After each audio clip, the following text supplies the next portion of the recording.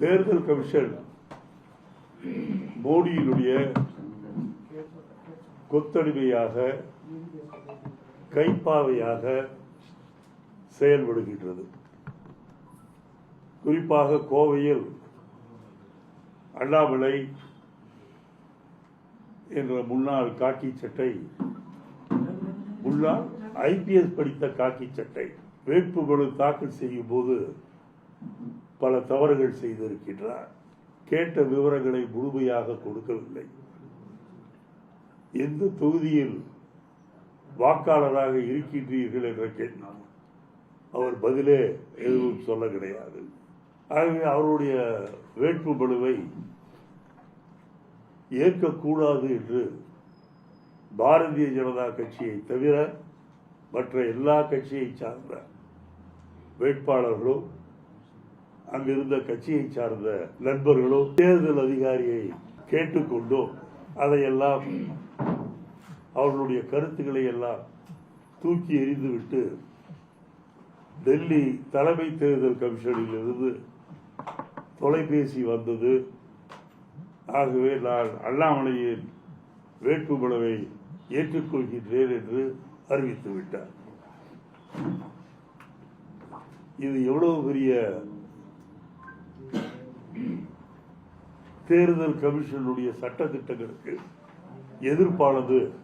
நிர்மலா சீதாராமன் அந்த டை போடாம நடக்க முடியும் இருந்தா அது அந்த பிச்சை காசு போடுதுன்னு சொல்றதுக்கு பொறுத்த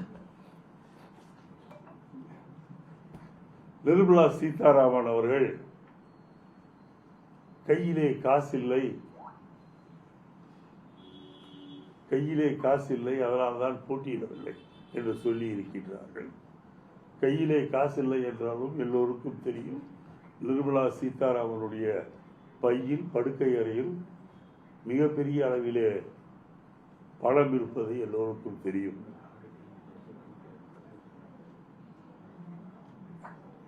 இன்றைக்கு இந்தியாவிலே சர்வாதிகார ஆட்சி நடைபெறுகிறது என்பதை வெளிநாடுகளில் இருக்கின்றவர்கள் கூட ஒப்புக்கொள்ள ஆரம்பித்திருக்கின்றார்கள்.